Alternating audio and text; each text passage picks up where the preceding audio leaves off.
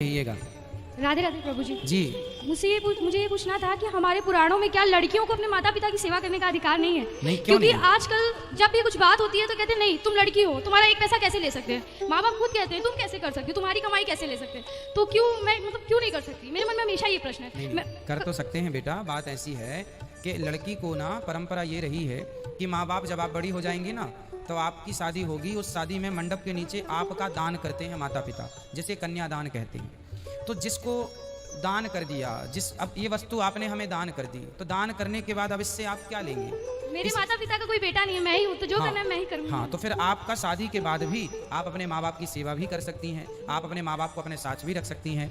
जो बेटा है वो तो बेटा सेवा करे, पर जिनके बेटा नहीं है सो बेटियां करती हैं, और आपको करना ही चाहिए। ऐसा शास्त्रों में कहीं मना ही नहीं है कि नहीं जी नहीं करना, ऐसा लिखा कहीं नहीं। बोलते हैं ना हमारे यहाँ बेटियों का नहीं खाया जाता। नहीं खाते। वो देखो दो स्थितियां होती हैं सामान्य। देखो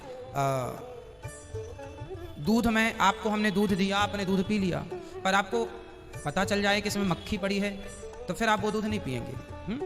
तो जानकर तो मक्खी नहीं निकली जाती।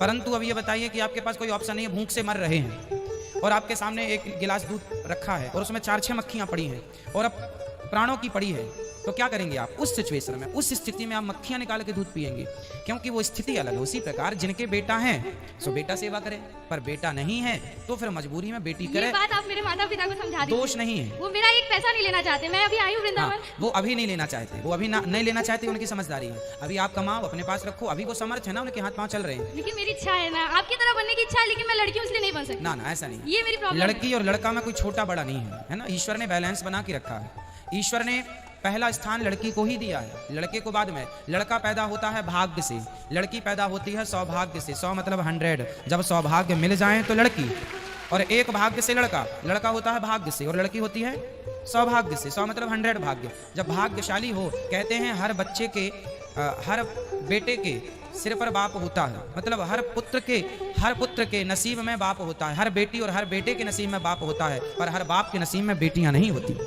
है ना।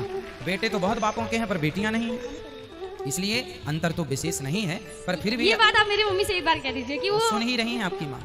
राधे राधे महाराज, आज मैं धन्य हो गई कि मेरी बेटी ने बेटा बन के मुझे तीरथ करा दिया। हाँ। और आप इसी तरह अपनी कृपा बनाए रखिए कि हमें कभी बेटे का एहसास न हो। बिल्कुल, बेटा बेटी में कोई भेद नहीं है, लेकिन आप अपना आशीर्वाद हम लोग को जरूर दीजिए। जो मिला है आपको उसमें प्रसन्न रहना चाहिए। यदि आपको बेटी मिली है तो आप सोचें बेटा मिल जाता, नहीं। जो मिला है ईश्वर ने सोच समझ के दिया है। बेटियां इतिहास रच, जो काम बेटियां कर जाती हैं वो बेटे नहीं कर पाते। कहते हैं बेटा एक ही कुल को उतारता है, बेटियां 2-2 कुलों को उतार देती हैं।